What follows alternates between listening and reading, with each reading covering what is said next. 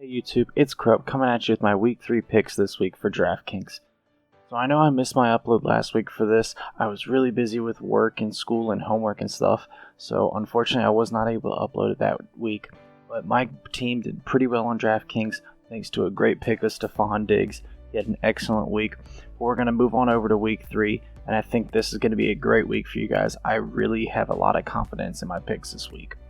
So before we get started, make sure you guys follow me on Twitter down in the description below, because I will be tweeting out updates for the team and any changes, and I'll also put the changes into the description if someone were to get hurt or something. If you guys didn't see, in week 1 I said take out Jamal Charles and be sure to put in Spencer Ware, and Spencer Ware ended up having a great week. I think he put up about 36 or 37 points, so definitely be sure to do that, guys. So hopping on into this week for quarterbacks, my value player is going to be Marcus Mariota. His price is $5,900. He is at home against Oakland, who has given up 7 passing touchdowns in just 2 games. And he's averaging 37 pass attempts per game, and I think he should end up climbing well into the 40s during this game. I'm expecting him to get around 300 yards and 2 touchdowns minimum, with possibly an upside of 3 to 4 touchdowns. My safe player this week is a little bit more expensive, but it's going to be Big Ben. His price is $7,300. He had an off week last week against Cincinnati, but it was really rainy, there was a storm, and the ball was just slipping out of his hand a lot, and they tried to go with the ground game for most of the time. So I think he should have a bounce back week this week. He's against Philadelphia, who has only played against Cleveland and Chicago so far, so they're confident, but they haven't played anybody that's anywhere near as good as the Steelers offense. So I think anybody from the Steelers offense is a great pick this week. Antonio Brown is due for a big game this week after his lackluster week last week with only 4 catches for like 45 yards. And I also think that Williams is going to be a great pick this week, as he is a good receiving back for help for Big Ben. I'm expecting 350 yards and 3 touchdowns for Big Ben, partially because I'm a Steelers fan, but I do think that is definitely very possible for him to do. My risky player this week is going to be Blake Bortles. His price is $6,500. It's kind of a mid-price range. He's kind of slightly underperformed so far this year. He hasn't had bad weeks, but the Jaguars in general just have not been as good as I was expecting for them to be. He's against Baltimore, who gave up 2 touchdowns to Josh McCown last week, and Allen Robinson, he needs a good week. So I think Blake Bortles could be a good risky pick for you guys. He has a really good upside, and I believe that he could end up giving 2 to 3 touchdowns minimum for you guys. So moving on over to my running backs. Value player is going to be Theo Riddick. His price is $4,900. He's going to get a lot of carries since Abdullah got hurt in this last game. I don't believe Abdullah is ruled out quite yet, but I think his carries will be at least shortened down to a less amount, and I think Riddick could be a good one. He also poses as a threat through the air for receptions, which is great for the PPR leagues in DraftKings.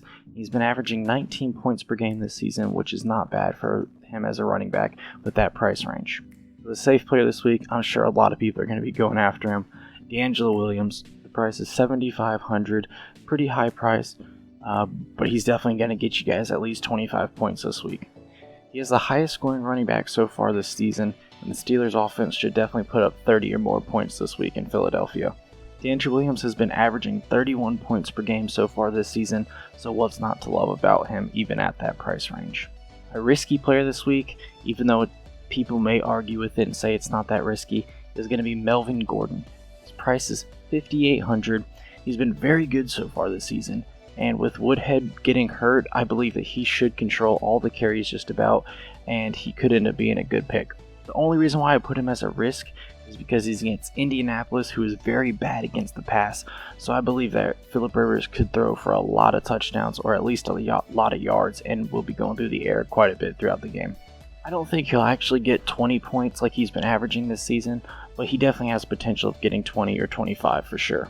Now on to wide receivers. I think I've picked some great ones for you guys this week. My value player is going to be Sterling Shepard. Some people are going to start hopping on him this week, but I think he's going to be a great pick. His price is $5,500. He's against Washington at home. And don't forget, Josh Norman, who is on the Redskins now, and Odell Beckham Jr. have a huge rivalry, so I really doubt Norman's going to be marking Sterling Shepard at all this game. Shepard scored 23 points last week without a single touchdown. I'm going to be expecting about 20 plus this game, and he definitely has potential of scoring a touchdown and possibly going to 25 or more. The safe player is going to have to be Jarvis Landry. This is a must-pick player right here. If you don't have him in your lineups, you're going to be missing out this week. His price is $6,600, which is fairly low price for the points that he's going to get you guys. He scored 26 points last week without a single touchdown. He's against Cleveland, where he should get at least 125 or more yards and a touchdown with the possibility of maybe 2. I think his upside is pretty big this week. I'm expecting he could get up into the 30s for sure. I think he's going to be a great pick, and at that price range, I don't see why you would skip him. My risky player this week is going to be Tajae Sharp, I believe is how you say it. His price is $4,700. He's against Oakland, who, as I said, has given up 7 passing touchdowns this season. People are going to start falling off of the hype train of Tajae Sharp because at the beginning of the season, the first 2 games, people were thinking he could be a great pick. His matchups weren't that bad, but he just hasn't really performed too well just yet. But I believe he has the right matchup this week against Oakland to be able to get at least a touchdown and 100 plus yards. I think he could climb into the 20-point range or so. And another thing to note, I was watching the game last week, and 2 pass interference calls. One stopped him from a guaranteed touchdown, and the other one stopped him from about a 20-yard catch. A 20-yard catch is roughly 3 points, and then a touchdown, depending, I don't remember the distance exactly, but that could have been 8 to 9 or maybe even 10 points just from that. So that's a good amount of points he lost last week from 2 pass interference calls. My tight ends this week are a little bit iffy for the most part, but I think for the value player, I'm going to go with Kyle Rudolph. His price is $3,100, which is fairly low. He's against Carolina, who really just hasn't been the best this year defensively. They've been giving up quite a few points, and they lost to Denver, and they had quite a scare against San Francisco up until the last few minutes of the game. I believe that Bradford won't be able to go to Stephon Diggs quite as much in this game like he did in the last game, so he's going to have to kind of dump the ball off to players such as Kyle Rudolph, who I could see getting 6 to 8 targets, possibly 60 to 80 yards with potential of a touchdown. So I'd be expecting around 12 to 14 points out of him, with maybe climbing into the 20s if possible. My safe player is going to be Delaney Walker. His price is $5,000. He's against Oakland, where he should see at least a touchdown and a high number of targets. He scored 20 points in his last game, and I think he's an excellent stack with Marcus Mariota. My risky player is going to be Eric Ebron. His price is $3,700, and averaging 12.5 points per game. He's against Green Bay, who has a good pass rush, and I don't think they're going to be able to run the ball too much because Abdullah is hurt, and it's going to be pretty much just Theo Riddick. So I believe that Stafford's going to be dumping the ball off, and he could be dumping it off to Eric Ebron quite a bit. And he could see a good amount of points potentially. So moving on to a couple more options or your flex position. I think a good option for quarterback this week could be Phillip Rivers potentially. His price is $6,700. He's against Indianapolis, who is just terrible against the pass. He's got some pretty good deep threats with Travis Benjamin. And I think he should be throwing the ball more this week since Danny Woodhead's out. I think he could be a good stack with Travis Benjamin, as I said, and there could be some good potential for some points right there. A running back option would be Shane Vereen. His price is $3,700 against Washington, who has been terrible against the run this season. They gave up a huge game to DeAndre Williams, especially in their season opener. And I think Shane Vereen could punch in a touchdown or 2 if they can get near the goal line. He also has high upside, and I think he's a great value for his price range.